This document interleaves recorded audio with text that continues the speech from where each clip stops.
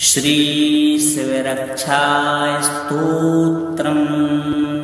प्रिय भक्तों, देवों के देव महादेव को समर्पित श्रावण का पवित्र महीना अत्यंत ही कल्याणकारी तथा महादेव को समर्पित माना गया है। जो भी भक्त श्रावण के पवित्र मास में भगवान शिव की आराधना करता है, भगवान शिव का अभिषेक करता है या उनके मंत्रों अथवा स्तोत्रों का पाठ करता है या इन्हें केवल श्रवण मात्र करता है, वह भगवान शिव की कृपा का पात्र हो जाता है। उसे सृष्टि के बड़े से बड़े दुखों से, बड़े से बड़े रोगों से सहजता से मुक्ति प्राप्त हो जाती है। आज हम आपको भगवान शिव जी की कृपा प्राप्त कराने वाला श्री शिव रक्षा स्तोत्र श्रवण कराने जा रहे हैं। शिव रक्षा कवच स्तोत्र भगवान शिव के शक्तिशाली स्तोत्रों में से एक है। शिव रक्षा कवच स्तोत्र व्यक्ति को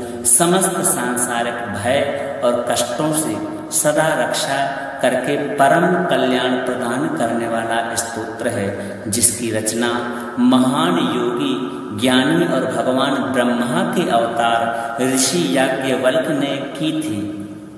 ऐसा उल्लेख है कि भगवान श्री जगत के पालनहार नारायण ने स्वयं ऋषि याज्ञवल्क्य के स्वप्न में आकर के उन्हें शिव रक्षा स्तोत्र बताया था।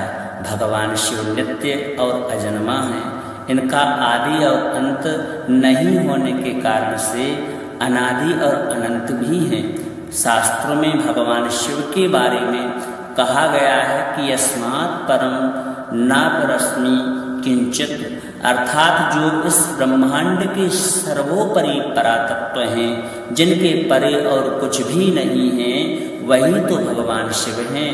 अगर आप किसी भी प्रकार के कष्ट, दुख, रोग या भय से पीड़ित हैं तो पूर्ण आस्था के साथ में नित्य श्री शिव रक्षा स्तोत्र का पाठ अवश्य करें या तो इसे श्रवण करें। आपके ऊपर भी महादेव की कृपा अवश्य बरसेगी। आइए भाव भक्ति के साथ में श्रवण करते हैं।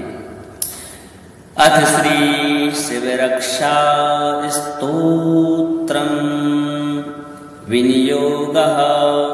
ओम अस्य श्री शिव रक्षा स्तोत्र मंत्रस्य याज्ञवल्क्य ऋषिः श्री सदाशिवो देवता अनुष्टुप् छन्दः श्री सदाशिव प्रीत्यर्थं शिव रक्षा स्तोत्र जपे विनियोगः। चरितं देवि देवस्य महादेवस्य पावनम् अपारं परमोदारं चतुर्वर्गस्य साधनं गौरी विनायकोपेतं पंचवक्त्रं त्रिनेत्रकं शिवं ध्यात्वा दशभुजं शिवरक्षां पठेन्नरः। गंगाधराशिरः पातु भालमर्धेन्दुशेखरः नयने मदनध्वंसी कर्णं सर्पविभूषणः। घ्राणं पातु पुरारातिर्मुखं पातु जगत्पतिः जिह्वां वागीश्वरः पातु कंधरां सितिकंधरः। श्रीकंठः पातु मे कंठं स्कंधौ विश्वधुरंधरः। भुजौ भूभार संहर्ता करौ पातु पिनाकदृक्। हृदयं शंकरः पातु जठरं गिरिजापतिः। नाभिं मृत्युंजयः पातु कटी व्याघ्राजिनाम्बरः। शक्तिनी पातु दीनार्ता शरणागतवत्सलः। उरु महेश्वरः पातु जाननी जगदीश्वरः। जंघे पातु जगत्कर्ता गुल्फौ पातु गणाधिपः। चरणौ करुणा सिन्धुः सर्वाङ्गानि सदाशिवः। एतां शिवबलोपेतां रक्षां यः सुकृती पठेत् सा भुक्त्वा सकलान् कामान् शिवसायुज्यमाप्नुयात्। ग्रहभूतपिशाचाद्यस्त्रैलोक्ये विचरन्ति ये दूरादासु पलायन्ते शिवनामाभिरक्षणात् अभयङ्करन्नामेदं कवचं पार्वतीपतेः भक्त्या बिभर्ति यः कण्ठे तस्य वश्यं जगत्त्रयम् इमां नारायणः स्वप्ने शिवरक्षां यथा दिशत् प्रातरुत्थाय योगीन्द्रो याज्ञवल्क्यस्तथा लिखत् चरितं देवदेवस्य महादेवस्य पावनम् अपारं परमोदारं चतुर्वर्गस्य साधनं गौरीविनायकोपेतं पञ्चवक्त्रं त्रिनेत्रकं शिवं ध्यात्वा दशभुजं शिवरक्षां पठेन्नरः गङ्गाधराशिरः पातु भालमर्धेन्दुशेखरः नयने मदनध्वंसी कर्णं सर्पविभूषणः घ्राणं पातु पुरारातिर्मुखं पातु जगत्पतिः जिह्वां वागीश्वरः पातु कन्धरांसितिकन्धरः श्रीकण्ठः पातु मे कण्ठं स्कन्धौ विश्वधुरन्धरः भुजौ भूभारसंहर्ता करौ पातु पिनाकदृक् हृदयं शङ्करः पातु जठरं गिरिजापतिः नाभिं मृत्युञ्जयः पातु कटिव्याघ्राजिनाम्बरः शक्तिनी पातु दीनार्ता शरणागतवत्सलः उरुमहेश्वरः पातु जाननी जगदीश्वरः जङ्घे पातु जगत्कर्ता गुल्फौ पातु गणाधिपः चरणं करुणासिन्धुः सर्वाङ्गानि सदाशिवः एतां शिवबलोपेतां रक्षां यः सुकृती पठेत् सा भुक्त्वा सकलान् कामान् शिवसायुज्यमाप्नुयात् ग्रहभूतपिशाचाद्यस्त्रैलोक्ये विचरन्ति ये दूरादासु पलायन्ते शिवनामाभिरक्षणात् अभयङ्करन्नामेदं कवचं पार्वतीपतेः भक्त्या बिभर्ति यः कण्ठे तस्य वश्यं जगत्त्रयम् इमां नारायणः स्वप्ने शिवरक्षां यथा दिशत् प्रातरुत्थाय योगीन्द्रो याज्ञवल्क्यस्तथा लिखत् चरितं देवदेवस्य महादेवस्य पावनम् अपारं परमोदारं चतुर्वर्गस्य साधनं गौरीविनायकोपेतं पञ्चवक्त्रं त्रिनेत्रकं शिवं ध्यात्वा दशभुजं शिवरक्षां पठेन्नरः गङ्गाधराशिरः पातु भालमर्धेन्दुशेखरः नयने मदनध्वंसी कर्णं सर्पविभूषणः घ्राणं पातु पुरारातिर्मुखं पातु जगत्पतिः जिह्वां वागीश्वरः पातु कन्धरांसितिकन्धरः श्रीकण्ठः पातु मे कण्ठं स्कन्धौ विश्वधुरन्धरः भुजौ भूभारसंहर्ता करौ पातु पिनाकदृक् हृदयं शङ्करः पातु जठरं गिरिजापतिः नाभिं मृत्युञ्जयः पातु कटिव्याघ्राजिनाम्बरः शक्तिनी पातु दीनार्ता शरणागतवत्सलः उरुमहेश्वरः पातु जाननी जगदीश्वरः जङ्घे पातु जगत्कर्ता गुल्फौ पातु गणाधिपः चरणं करुणासिन्धुः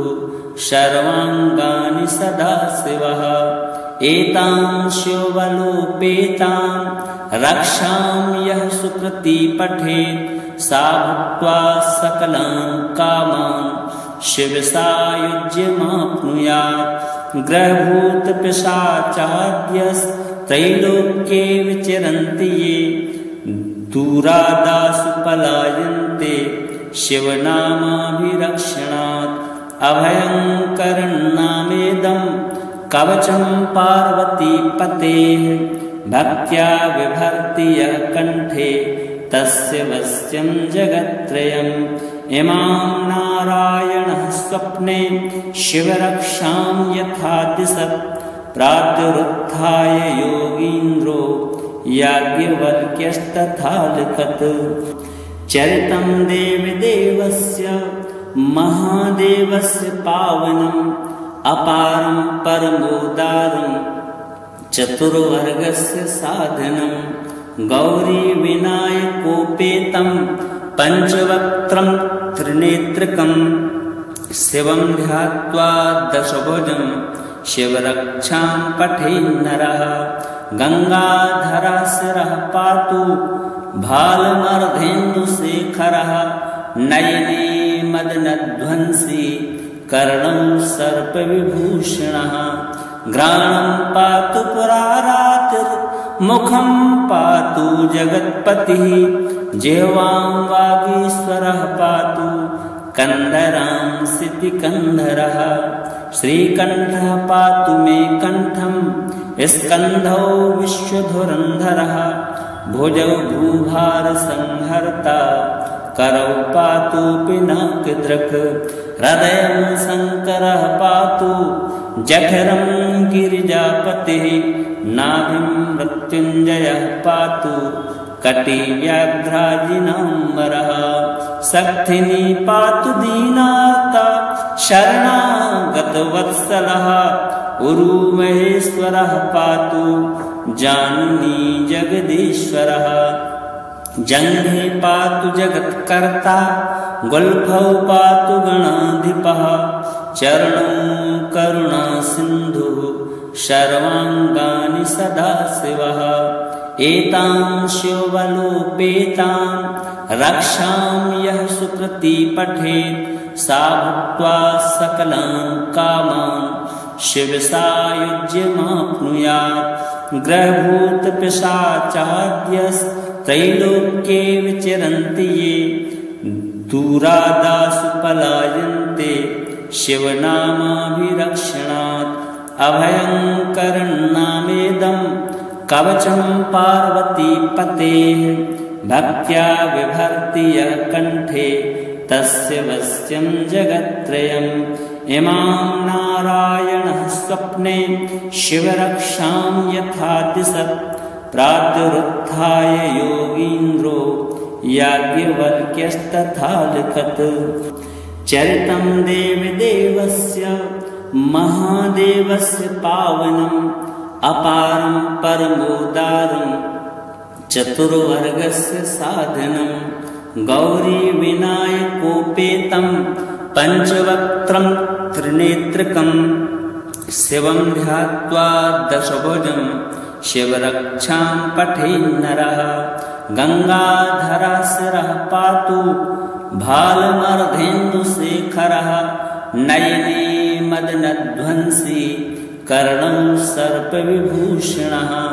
घ्राणं पातु पुरारातिर्मुखं पातु जगत्पतिः जिह्वां वागीश्वरः पातु कन्धरांसितिकन्धरः। श्रीकण्ठः पातु मे कण्ठं स्कन्धौ विश्वधुरन्धरः। भुजौ भूभारसंहर्ता करौ पातु पिनाकदृक्। हृदयं शङ्करः पातु जठरं गिरिजापतिः नाभिं मृत्युञ्जयः पातु कटिव्याघ्राजिनाम्बरः। शक्तिनी पातु दीनार्ता शरणागतवत्सलः।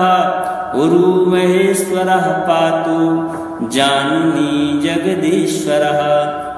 जङ्घे पातु जगत्कर्ता गुल्फौ पातु गणाधिपः। चरणौ करुणासिन्धुः सर्वाङ्गानि सदाशिवः।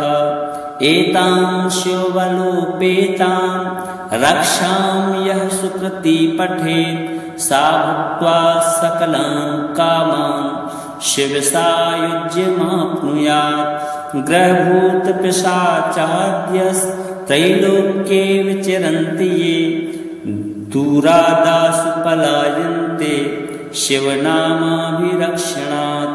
अभयङ्करन्नामेदं कवचं पार्वतीपतेः भक्त्या बिभर्ति यः कण्ठे तस्य वश्यं जगत्त्रयम्।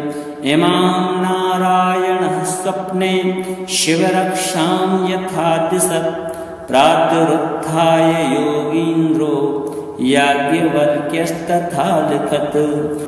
चरितं देवदेवस्य महादेवस्य पावनम् अपारं परमोदारं चतुर्वर्गस्य साधनं। गौरीविनायकोपेतं पञ्चवक्त्रं त्रिनेत्रकं शिवं ध्यात्वा दशभुजं शिवरक्षां पठेन्नरः। गङ्गाधराशिरः पातु भालमर्धेन्दुशेखरः नयने मदनध्वंसी कर्णं सर्पविभूषणः। घ्राणं पातु पुरारातिर्मुखं पातु जगत्पतिः जिह्वां वागीश्वरः पातु कन्धरांसितिकन्धरः। श्रीकण्ठः पातु मे कण्ठं स्कन्धौ विश्वधुरन्धरः। भुजौ भूभारसंहर्ता करौ पातु पिनाकदृक्। हृदयं शङ्करः पातु जठरं गिरिजापतिः। नाभिं मृत्युञ्जयः पातु कटिव्याघ्राजिनाम्बरः। शक्तिनी पातु दीनार्ता शरणागतवत्सलः। उरुमहेश्वरः पातु जाननी जगदीश्वरः। जङ्घे पातु जगत्कर्ता गुल्फौ पातु गणाधिपः। चरणौ करुणासिन्धुः सर्वाङ्गानि सदाशिवः। एतां शिवबलोपेतां रक्षां यः सुकृती पठेत् सा भुक्त्वा सकलान् कामान् शिवसायुज्यमाप्नुयात्। ग्रहभूतपिशाचाद्यस्त्रैलोक्ये विचरन्ति ये दूरादासु पलायन्ते शिवनामाभिरक्षणात्। अभयङ्करन्नामेदं कवचं पार्वतीपतेः भक्त्या बिभर्ति यः कण्ठे तस्य वश्यं जगत्त्रयम्। इमां नारायणः स्वप्ने शिवरक्षां यथा दिशत् प्रातरुत्थाय योगीन्द्रो याज्ञवल्क्यस्तथा लिखत्। चरितं देवदेवस्य महादेवस्य पावनम् अपारं परमोदारं चतुर्वर्गस्य साधनं। गौरीविनायकोपेतं पञ्चवक्त्रं त्रिनेत्रकं शिवं ध्यात्वा दशभुजं शिवरक्षां पठेन्नरः।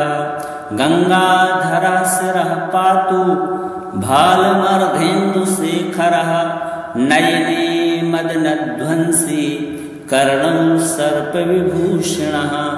घ्राणं पातु पुरारातिर्मुखं पातु जगत्पतिः जिह्वां वागीश्वरः पातु कन्धरांसितिकन्धरः। श्रीकण्ठः पातु मे कण्ठं स्कन्धौ विश्वधुरन्धरः। भुजौ भूभारसंहर्ता करौ पातु पिनाकदृक्। हृदयं शङ्करः पातु जठरं गिरिजापतिः। नाभिं मृत्युञ्जयः पातु कटिव्याघ्राजिनाम्बरः। शक्तिनी पातु दीनार्ता शरणागतवत्सलः। उरुमहेश्वरः पातु जाननी जगदीश्वरः। जङ्घे पातु जगत्कर्ता गुल्फौ पातु गणाधिपः। चरणं करुणासिन्धुः सर्वाङ्गानि सदाशिवः एतां शिवबलोपेतां रक्षां यः सुकृती पठेत् सा भुक्त्वा सकलान् कामान् शिवसायुज्यमाप्नुयात् ग्रहभूतपिशाचाद्यस्त्रैलोक्ये विचरन्ति ये दूरादासु पलायन्ते शिवनामाभिरक्षणात् अभयङ्करन्नामेदं कवचं पार्वतीपतेः भक्त्या बिभर्ति यः कण्ठे तस्य वश्यं जगत्त्रयम् इमां नारायणः स्वप्ने शिवरक्षां यथा दिशत् प्रातरुत्थाय योगीन्द्रो याज्ञवल्क्यस्तथा लिखत् चरितं देवदेवस्य महादेवस्य पावनम् अपारं परमोदारं चतुर्वर्गस्य साधनं गौरीविनायकोपेतं पञ्चवक्त्रं त्रिनेत्रकं शिवं ध्यात्वा दशभुजं शिवरक्षां पठेन्नरः गङ्गाधराशिरः पातु भालमर्धेन्दुशेखरः नयने मदनध्वंसी कर्णं सर्पविभूषणः घ्राणं पातु पुरारातिर्मुखं पातु जगत्पतिः जिह्वां वागीश्वरः पातु कन्धरांसितिकन्धरः श्रीकण्ठः पातु मे कण्ठं स्कन्धौ विश्वधुरन्धरः भुजौ भूभारसंहर्ता करौ पातु पिनाकदृक् हृदयं शङ्करः पातु जठरं गिरिजापतिः नाभिं मृत्युञ्जयः पातु कटिव्याघ्राजिनाम्बरः शक्तिनी पातु दीनार्ता शरणागतवत्सलः उरुमहेश्वरः पातु जाननी जगदीश्वरः जङ्घे पातु जगत्कर्ता गुल्फौ पातु गणाधिपः चरणं करुणासिन्धुः सर्वाङ्गानि सदाशिवः एतां शिवबलोपेतां रक्षां यः सुकृती पठेत् सा भुक्त्वा सकलान् कामान् शिवसायुज्यमाप्नुयात् ग्रहभूतपिशाचाद्यस्त्रैलोक्ये विचरन्ति ये दूरादासु पलायन्ते शिवनामाभिरक्षणात् अभयङ्करन्नामेदं कवचं पार्वतीपतेः भक्त्या बिभर्ति यः कण्ठे तस्य वश्यं जगत्त्रयम् इमां नारायणः स्वप्ने शिवरक्षां यथा दिशत् प्रातरुत्थाय योगीन्द्रो याज्ञवल्क्यस्तथा लिखत् चरितं देवदेवस्य महादेवस्य पावनम् अपारं परमोदारं चतुर्वर्गस्य साधनं गौरीविनायकोपेतं पञ्चवक्त्रं त्रिनेत्रकं शिवं ध्यात्वा दशभुजं शिवरक्षां पठेन्नरः गङ्गाधराशिरः पातु भालमर्धेन्दुशेखरः नयने मदनध्वंसी कर्णं सर्पविभूषणः घ्राणं पातु पुरारातिर्मुखं पातु जगत्पतिः जिह्वां वागीश्वरः पातु कन्धरांसितिकन्धरः श्रीकण्ठः पातु मे कण्ठं स्कन्धौ विश्वधुरन्धरः भुजौ भूभारसंहर्ता करौ पातु पिनाकदृक् हृदयं शङ्करः पातु जठरं गिरिजापतिः नाभिं मृत्युञ्जयः पातु कटिव्याघ्राजिनाम्बरः शक्तिनी पातु दीनार्ता शरणागतवत्सलः उरुमहेश्वरः पातु जाननी जगदीश्वरः जङ्घे पातु जगत्कर्ता गुल्फौ पातु गणाधिपः चरणौ करुणासिन्धुः सर्वाङ्गानि सदाशिवः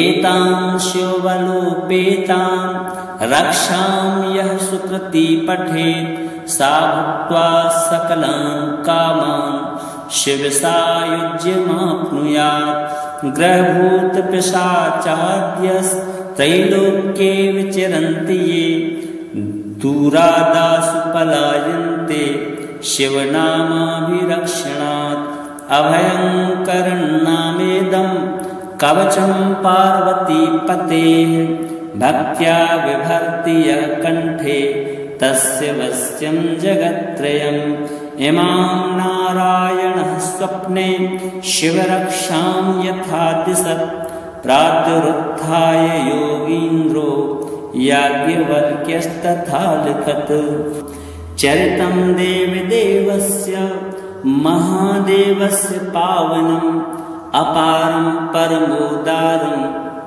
चतुर्वर्गस्य साधनं गौरीविनायकोपेतं पञ्चवक्त्रं त्रिनेत्रकं शिवं ध्यात्वा दशभुजं शिवरक्षां पठेन्नरः गङ्गाधराशिरः पातु भालमर्धेन्दुशेखरः नयने मदनध्वंसी कर्णं सर्पविभूषणः घ्राणं पातु पुरारातिर्मुखं पातु जगत्पतिः जिह्वां वागीश्वरः पातु कन्धरांसितिकन्धरः श्रीकण्ठः पातु मे कण्ठं स्कन्धौ विश्वधुरन्धरः भुजौ भूभारसंहर्ता करौ पातु पिनाकदृक् हृदयं शङ्करः पातु जठरं गिरिजापतिः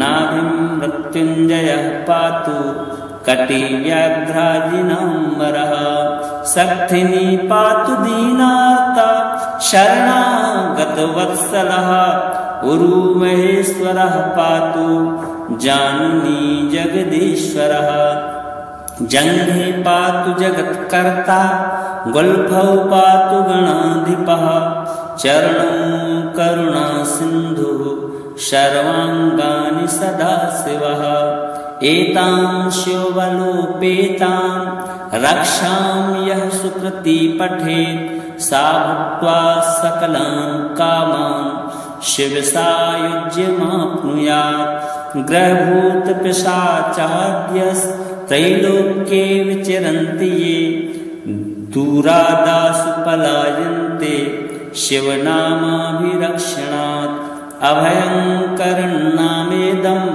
कवचं पार्वतीपतेः भक्त्या बिभर्ति यः कण्ठे तस्य वश्यं जगत्त्रयम् इमां नारायणः स्वप्ने शिवरक्षां यथा दिशत् प्रातरुत्थाय योगीन्द्रो याज्ञवल्क्यस्तथा लिखत् चरितं देवदेवस्य महादेवस्य पावनम् अपारं परमोदारं चतुर्वर्गस्य साधनं गौरीविनायकोपेतं पञ्चवक्त्रं त्रिनेत्रकं शिवं ध्यात्वा दशभुजं शिवरक्षां पठेन्नरः गङ्गाधराशिरः पातु भालमर्धेन्दुशेखरः नयने मदनध्वंसी कर्णं सर्पविभूषणः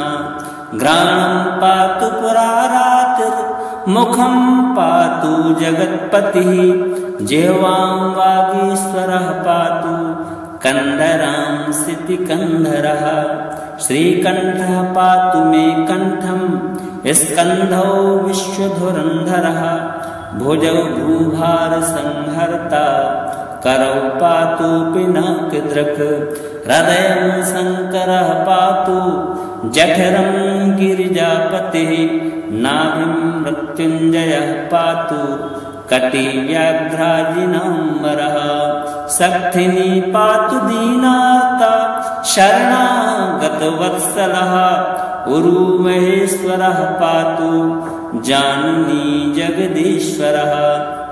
जङ्घे पातु जगत्कर्ता गुल्फौ पातु गणाधिपः।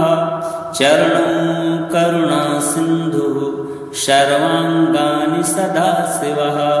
एतां शिवबलोपेतां रक्षां यः सुकृती पठेत् सा भुक्त्वा सकलान् कामान् शिवसायुज्यमाप्नुयात्। ग्रहभूतपिशाचाद्यस्त्रैलोक्ये विचरन्ति ये दूरादासु पलायन्ते शिवनामाभिरक्षणात्। अभयङ्करन्नामेदं कवचं पार्वतीपतेः भक्त्या बिभर्ति यः कण्ठे तस्य वश्यं जगत्त्रयम्। इमां नारायणः स्वप्ने शिवरक्षां यथा दिशत् प्रातरुत्थाय योगीन्द्रो याज्ञवल्क्यस्तथा लिखत्। चरितं देवदेवस्य महादेवस्य पावनम् अपारं परमोदारं चतुर्वर्गस्य साधनं। गौरीविनायकोपेतं पञ्चवक्त्रं त्रिनेत्रकं शिवं ध्यात्वा दशभुजं शिवरक्षां पठेन्नरः।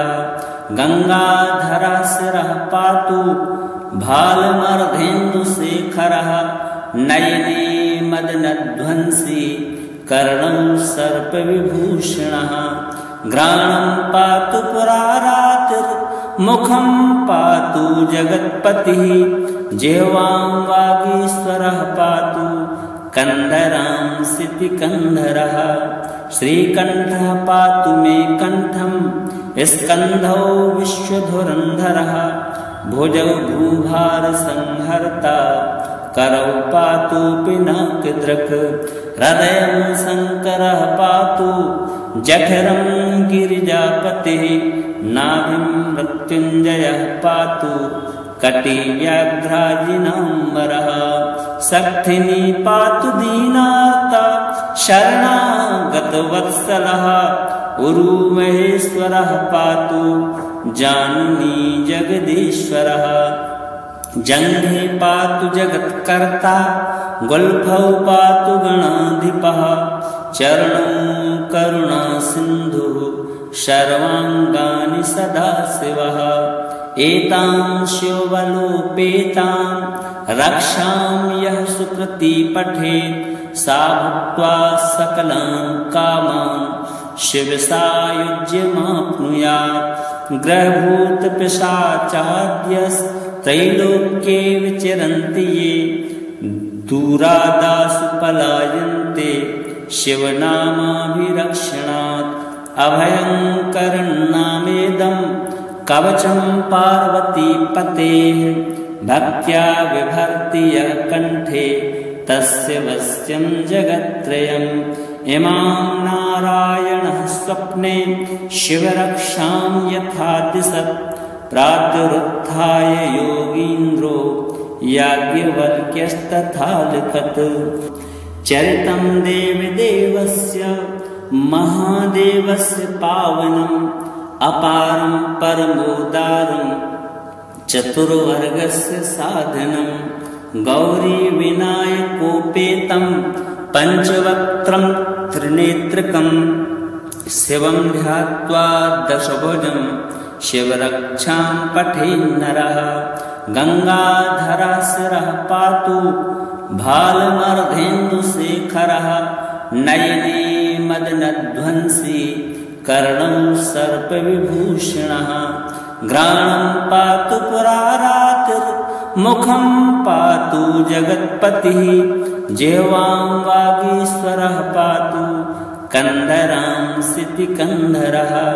श्रीकण्ठः पातु मे कण्ठं स्कन्धौ विश्वधुरन्धरः।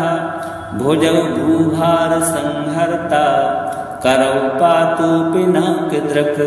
हृदयं शङ्करः पातु जठरं गिरिजापतिः। नाभिं मृत्युञ्जयः पातु कटिव्याघ्राजिनाम्बरः शक्तिनी पातु दीनार्ता शरणागतवत्सलः उरुमहेश्वरः पातु जाननी जगदीश्वरः जङ्घे पातु जगत्कर्ता गुल्फौ पातु गणाधिपः चरणौ करुणा सिन्धुः सर्वाङ्गानि सदाशिवः एतां शिवबलोपेतां रक्षां यः सुकृती पठेत् सा भुक्त्वा सकलान् कामान् शिवसायुज्यमाप्नुयात् ग्रहभूतपिशाचाद्यस्त्रैलोक्ये विचरन्ति ये दूरादासु पलायन्ते शिवनामाभिरक्षणात् अभयङ्करन्नामेदं कवचं पार्वतीपतेः भक्त्या बिभर्ति यः कण्ठे तस्य वश्यं जगत्त्रयम् इमां नारायणः स्वप्ने शिवरक्षां यथा दिशत् प्रातरुत्थाय योगीन्द्रो याज्ञवल्क्यस्तथा लिखत् चरितं देवदेवस्य महादेवस्य पावनम् अपारं परमोदारं चतुर्वर्गस्य साधनं गौरी विनायकोपेतं पञ्चवक्त्रं त्रिनेत्रकं शिवं ध्यात्वा दशभुजं शिवरक्षां पठेन्नरः गङ्गाधराशिरः पातु भालमर्धेन्दुशेखरः नयने मदनध्वंसी कर्णं सर्पविभूषणः घ्राणं पातु पुरारातिर्मुखं पातु जगत्पतिः जिह्वां वागीश्वरः पातु कन्धरां सितिकन्धरः श्रीकण्ठः पातु मे कण्ठं स्कन्धौ विश्वधुरन्धरः भुजौ भूभारसंहर्ता करौ पातु पिनाकदृक् हृदयं शङ्करः पातु जठरं गिरिजापतिः नाभिं मृत्युञ्जयः पातु कटिव्याघ्राजिनाम्बरः शक्तिनी पातु दीनार्ता शरणागतवत्सलः उरुमहेश्वरः पातु जाननी जगदीश्वरः जङ्घे पातु जगत्कर्ता गुल्फौ पातु गणाधिपः चरणौ करुणा सिन्धुः सर्वाङ्गानि सदाशिवः एतां शिवबलोपेतां रक्षां यः सुकृती पठेत् सा भुक्त्वा सकलान् कामान् शिवसायुज्यमाप्नुयात् ग्रहभूतपिशाचाद्यस्त्रैलोक्ये विचरन्ति ये दूरादासु पलायन्ते शिवनामाभिरक्षणात् अभयङ्करन्नामेदं कवचं पार्वतीपतेः भक्त्या बिभर्ति यः कण्ठे तस्य वश्यं जगत्त्रयम् इमां नारायणः स्वप्ने शिवरक्षां यथा दिशत् प्रातरुत्थाय योगीन्द्रो याज्ञवल्क्यस्तथा लिखत् चरितं देवदेवस्य महादेवस्य पावनम् अपारं परमोदारं चतुर्वर्गस्य साधनं गौरी विनायकोपेतं पञ्चवक्त्रं त्रिनेत्रकं शिवं ध्यात्वा दशभुजं शिवरक्षां पठेन्नरः गङ्गाधराशिरः पातु भालमर्धेन्दुशेखरः नयने मदनध्वंसी कर्णं सर्पविभूषणः घ्राणं पातु पुरारातिर्मुखं पातु जगत्पतिः जिह्वां वागीश्वरः पातु कन्धरां सितिकन्धरः श्रीकण्ठः पातु मे कण्ठं स्कन्धौ विश्वधुरन्धरः भुजौ भूभारसंहर्ता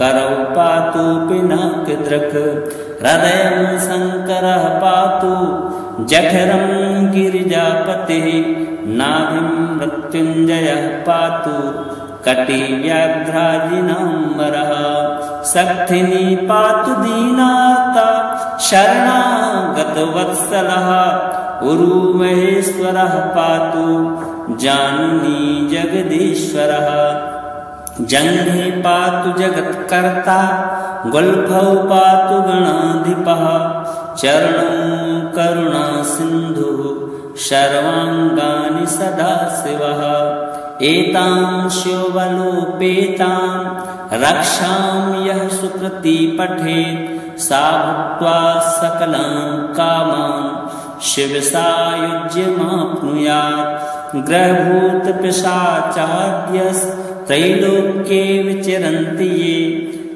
दूरादासु पलायन्ते शिवनामाभिरक्षणात् अभयङ्करन्नामेदं कवचं पार्वतीपतेः भक्त्या बिभर्ति यः कण्ठे तस्य वश्यं जगत्त्रयम् इमां नारायणः स्वप्ने शिवरक्षां यथा दिशत् प्रातरुत्थाय योगीन्द्रो याज्ञवल्क्यस्तथा लिखत्।